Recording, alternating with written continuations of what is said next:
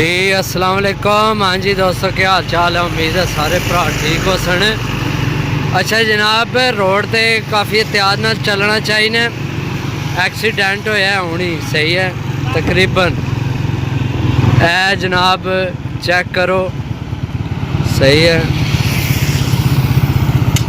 ए जनाब बजरी वाला ट्रक सी ते उल्ट गया, सही है।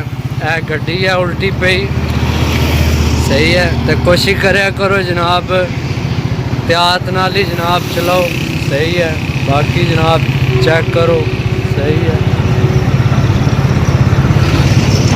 एहतियात नाल चलना चाहिए दोस्तों, क्योंकि सही है। तुसी देख सकते हो तुहाडे सामने बिल्कुल सही है।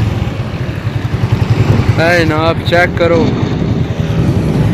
काफ़ी नुकसान हो गया, सही है। तो मेरा ख्याल है टायर इसना जड़ा ना ब्रास्ट होया।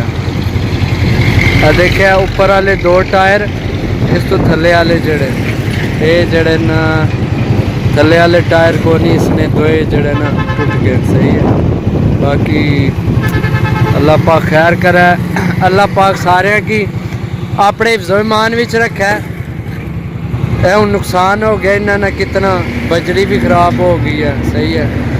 तो बाकी तुसी देख सकते हो असी जनाब सराइलमगीर साडा रोड है, मिलिट्री कॉलेज अगे, सही है। तो बाकी चलो अल्लाह खैर करे जनाब।